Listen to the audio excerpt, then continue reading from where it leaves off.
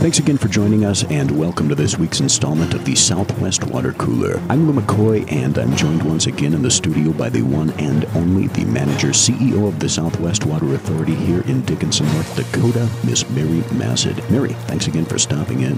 Thanks again for having me back. It's good to be here. I can't believe how fast our new year's going. Just like that, we are already the better portion of our way through January. Time is slipping by, and I know you folks in the water world are just busy as ever, though. Yes, we are. We're busy designing projects for upcoming construction. We're busy treating water to make sure everyone has good water each and every time they turn on their tap. And our distribution staff is trying to catch their breath and catch up on some of their maintenance items throughout the winter. Talking about maintenance, it's also good for people to be aware they should know where their main shutoff is in their home if they're leaving for an extended period of time. You can turn your heat down, but don't turn it off. But you should turn your water off. This time of year also brings in, with the weather changing as much as it has been, getting cold and warming up, it tends to drive the frost into the ground. It can freeze up water pipes really quickly, and that can really be a mess. That it can, and to go along in the same vein with the preventative measures to take in the wintertime,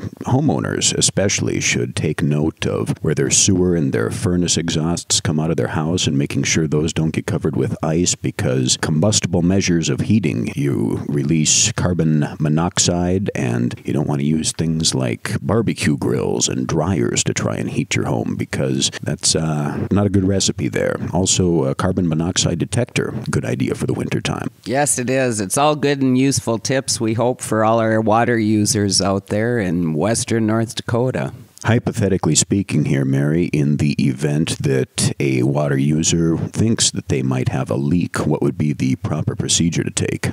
First thing I do, Lou, would be to shut off the water and then check your meter and see if it's still moving. If it is, you know water's moving somewhere. Oftentimes, too, you can hear the water, so listen closely and you should be able to tell where it's coming from. We also have some pretty good tips on our website as far as preventative measures and if you think you have a water leak and what you should do. This time of year, though, it's kind of urgent for people to watch their water pipes.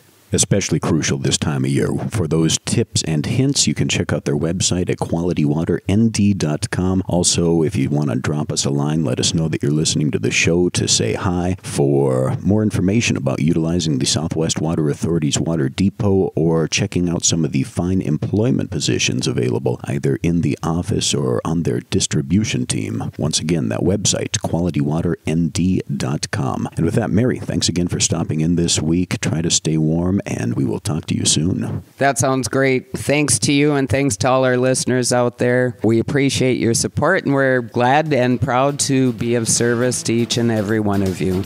And with that, I want to thank you folks out there for taking time out of your day to join us and encourage you to drop in next time right here at the Southwest Water Cooler.